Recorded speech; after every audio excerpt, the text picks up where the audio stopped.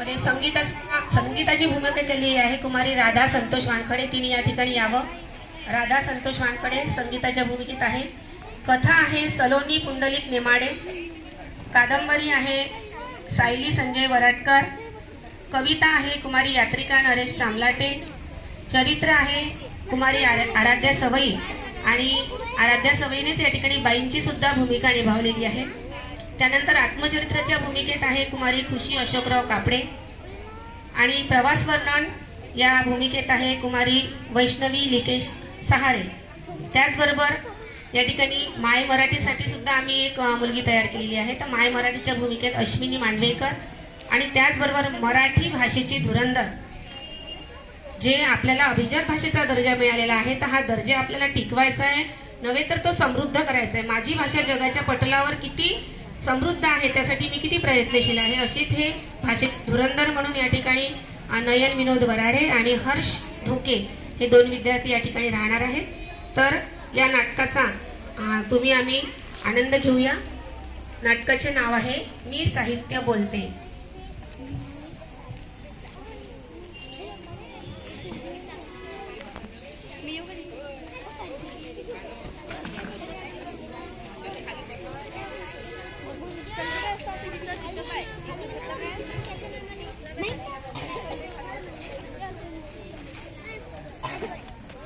नमस्कार मंडळी, कसे आहात? मजेत ना? मजेतच असायला पाहिजे. अहो तुम्ही मजेत ना? मग आम्हीही मजेत. काय म्हणालात? ही कोण? ही आमची संगीता. ती रुसलेली आहे. तुम्हालाही ती रुसलेली वाटते ना? का ते सांगू? काल तिच्या बाईने सगळ्यांना एक गृहपाठ दिला. काय बरं गृहपाठ? साहित्याचे प्रकार लिहून काढ. आता आमच्या या बाईला साहित्य म्हणजे वाट्या, चमचा, कपडे एवढंच माहित आहे. पण भाषा विषयात ना साहित्याची ओळख मी आमच्या संगीताला करून द्यायला आली आहे. संगीता, अगं संगीता, हे बघ कोण कोण आले तुला भेटायला.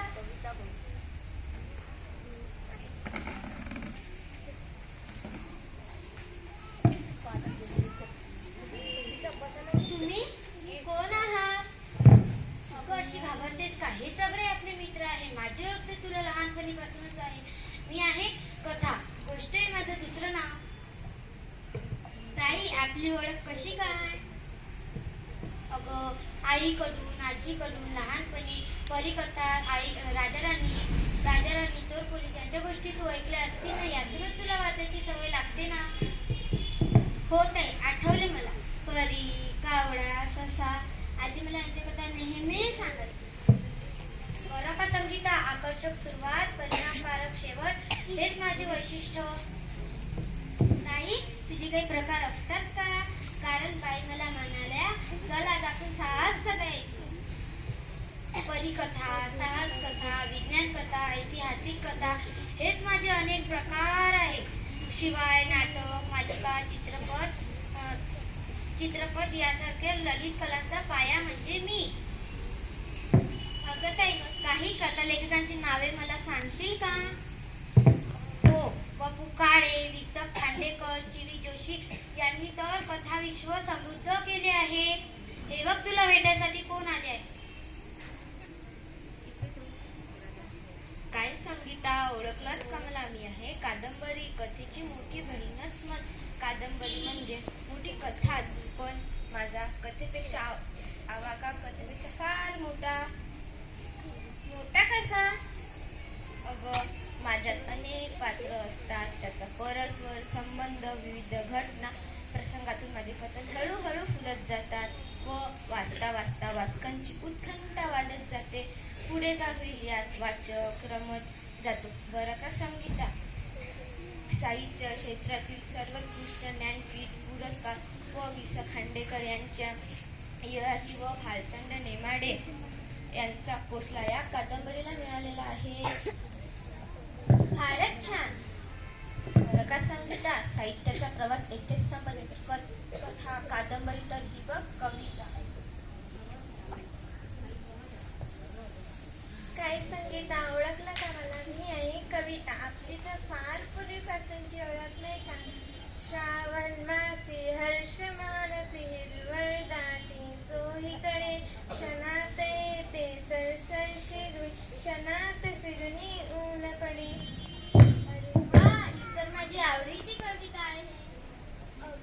माझं रूप छोटस आटोपशी मोजक्या शब्दात मोठा असे मांडणे हे माझं वैशिष्ट्य. यमक, अनुप्रास यासारख्या अनेक अलंकारांनी कविवर्य मला अधिक सुशोभित करतात. तुम्ही मला कागदावरच्या ओळी समजतात, पण मी त्याहूनही जास्त आहे. मी तुमच्या आतला आवाज आहे. तू जे बोलू नाही शकत ते मी व्यक्त करते. तुझे अश्रू, आनंद हा सगळं माझ्या जिवंत असतं. माझ्यात समाज बदलण्याची ताकद आहे. मी कधी अंगाई बनते तर कधी रणध्वज. तुझं खरं रूप काय आहे? माझं खरं रूप म्हणजे भावना. ह्या कधी शब्द होतात, तर कधी संगीत, तर कधी फक्त शांत श्रुती. बरं मला सांग, आपल्या मराठीला अभिजात भाषेचा दर्जा काय मिळाला? 3 ऑक्टोबर 2024. अगदी बरोबर संगीता. आपण मराठी भाषा दिवस केव्हा साजरा करतो? 27 फेब्रुवारीला. कोणाचा जन्मदिवस असतो? कविर्ध विवा शिरवाकर म्हणजेच कुसुमाग्रज. खूप छान. अगं त्याच्या निसर्ग काव्यसंग्रहाला मानाचा पुरस्कार आहे. बरं का संगीता, कथा, कादंबरी, कविता या सर्वांचे एकत्रीकरण म्हणजे नाटक. चल तुला दाखवते काय असते नाटक.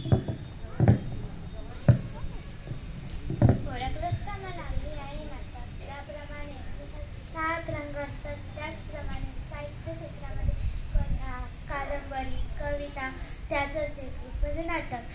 मी बोलते रंगमंचावर, रंगमंचाच्या बाहेर, हास्यातून, रडण्यातून, संघर्षातून मी आवाज धरला. किती छान. तुझं पहिलं सादरीकरण कोणतं?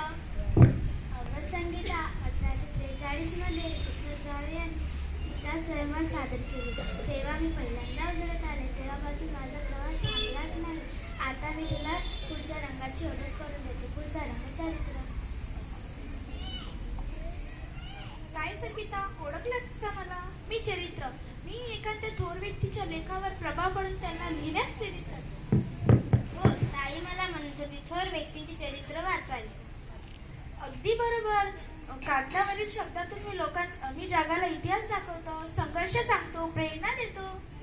अरे वा, पुस्तक खरंच बोलते. पण तू तुझं अस्तित्व कसं सांगशील? मी म्हणजे एखाद्या माणसाच्या आयुष्याचा आरसाच. त्याचे अश्रू, त्याचे दुःख हे सर्व माझ्यात साठवलेलं असतं. आपण कोणकोणती चरित्र वाचावी म्हणजे आपल्याला त्यातून प्रेरणा मिळेल? शिवाजी महाराज, शाहू महाराज, महात्मा गांधी, डॉक्टर बाबासाहेब आंबेडकर या सर्वांची आपण चरित्रे वाचली तर त्यातून आपल्याला जीवन जगण्याची प्रेरणा मिळते. नक्की, मी ही सर्व चरित्र वाचण्याचा प्रयत्न करते. संगीता, मी तुला माझा एक छोटासा रूपही दाखवते. ओळखलंस का मला? मी आत्मचरित्र. माझा जन्म शाहीच्या ठेंबापासून, लोकांच्या जखमीपासून, अंतःकरणातून झाला. मी फक्त शब्दच नाही तर जिवंत अनुभव आहे. मी अनेक संघर्ष पाहिले. माझ्या जगाचे दुसरे मी या पानात सकविले. मी फक्त व्यक्तीची कहाणी नाही तर युगांचा आसरा आहे. मी गप्प राहिलो तर इतिहास खोटा ठरेल. म्हणून मी बोलते. संगीता, तुला आत्मचरित्र लिहिणारे माहिती का? नाही, कोण बरे? दया पवार, माधव गोंदिवकर, बाबा आमटे, महात्मा गांधी, पंडित नेहरू, शंकरराव खरा हे माझ्या नावाखालील लेखक आहेत. छान आहेत हे. हे बघ संगीता, साहित्य म्हणजे केवळ कथा, कादंबरी, कविता, नाटक, चरित्र, आत्मचरित्रच नव्हे, ते यात आणखी येतील ते म्हणजे प्रवास होता. हो का? ते बघ तुला भेटायला कोण आले. तू माझ्याशी का बोलत नाही? हो, जरूर बोलेल ना, का नाही? अरे मीच तुला दूरदूरच्या गावी देशी पोहोचविणारा. कसं पण? एखाद्या ठिकाणाची, प्रेक्षणीय ठिकाणाची जशीच्या तशी माहिती मी वाचकापर्यंत पोहोचवितो. ही माहिती रटाळ, कंटाळवाणी न होऊन मनोवेदक भाषेत मांडणे हेच लेखकाचं कसं. तेथील निसर्ग, सौंदर्य, व्यक्तिविषयाची सुरेख माहिती माझ्यात असते. मी फक्त शब्दाचा धागा नाही तर रस्त्याच्या वळणावर साठवलेली आठवण आहे. म्हणूनच प्रवास करणं हे फक्त लेखन नाही तर ते आहे वाटचालीचा जिवंत श्वास, प्रत्येक प्रवासाचं हृदय. आता मला समजले. नाही तिकीट, नाही विजा, नाही किंमत. मी म्हणजे तुझ्या माध्यमातून कुठं वैशिष्ट्य. म्हणूनच मला पु ल देशपांडे, मीना प्रभू, गंगाधर गाडगीळ अशा मोठ्या लेखकांनी आपलंच करून प्रसिद्ध केलंय. किती छान. आणि हो संगीता, तुम्हाला भाषेच्या पुस्तकात अण्णाभाऊ साठे यांचा माझा रशियाचा प्रवास वर्णनावर आधारित असा पाठ आहे ना? हो, खूपच छान पाठ आहे तो. हे बघ संगीता, या सगळ्यांनी तुला आपापली वैशिष्ट्ये सांगितली. आता तू तुझ्या प्रवासाला लाग आणि मी माझ्या. आता मी ह्या सर्वांनी किती छान माहिती सांगितली. आता मी माझे वाचन, लेखन, भाषण सर्व सुधारण खूप खूप अभ्यास करेन. काय मंडळी, कळले ना साहित्याचे प्रकार? आमच्या संगीतालाही साहित्याचे प्रकार कळलेले आहे.